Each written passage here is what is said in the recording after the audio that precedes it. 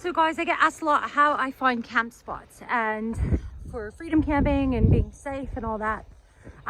While on this bike tour, when I get to a town, sometimes I get there too early. A lot of the times I'll just keep riding so I don't get to a town too early, because what starts to happen is a lot of people and locals see you and then they're like, there's a bike tour, and then they ask questions like, oh, where are you camping? And I don't really like to answer those questions, so I decide to ride and I get the distance for the next town. I'm like, okay, I should be around here before dark. And what I do is give myself about an hour and a half before it gets really dark. And I mean, that's when it gets, dark, so no one can see you, but it will give me enough time to walk and find a spot.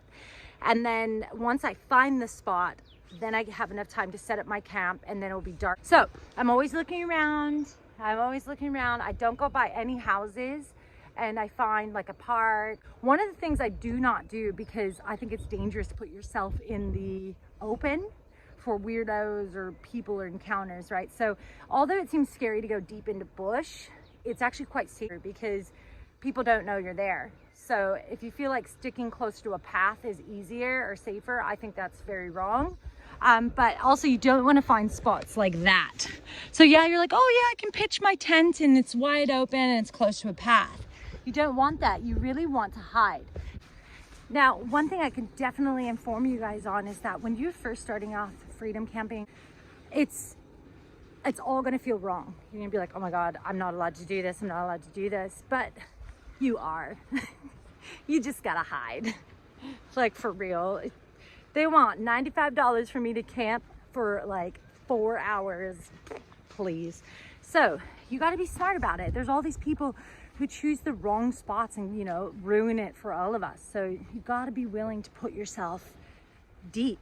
And it's this unknown, like, ooh, I'm so deep in the forest. Like, this is so scary, but it's only scary because you're alone.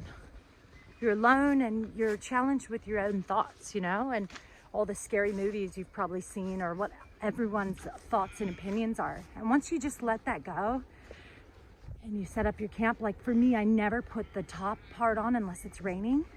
That way it feels like I'm just laying there in the forest and I can see, I can hear, and you're just there present, and you start watching the birds and the sounds of everything. And then you start to realize that everything people are afraid of is a lot of the unknown. And to be honest with you, if something really bad happens, it is just really fucking bad luck or plain stupidity. But the thing is, you can't live your life by that. And that's why it's great freedom camping and being alone, because you're trusting that you're prepared for anything. And so I'm always looking, I'm always watching, I'm always hearing what's going on. It's the moments when we truly just become oblivious to what's around us, I believe, when bad things start to happen. So just pay attention. Also, instinct starts to come in. So you start to think and question and say, if someone was to come in right now, where would I go?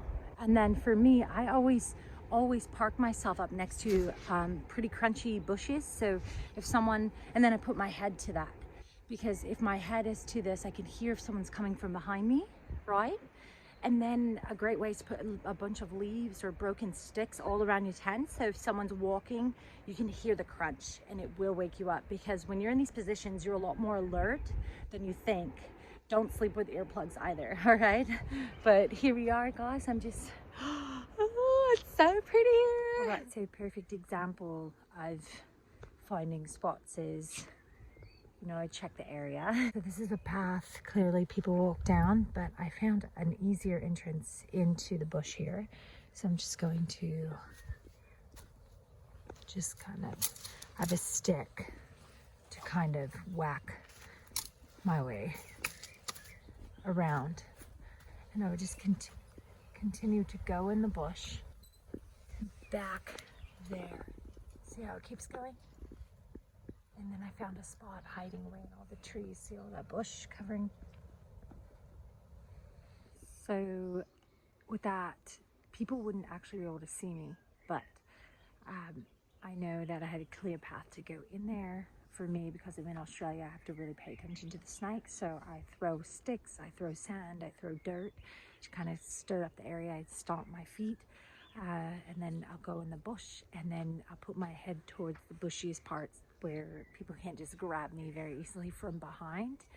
And then, yeah, no one would be able to see me in there, see?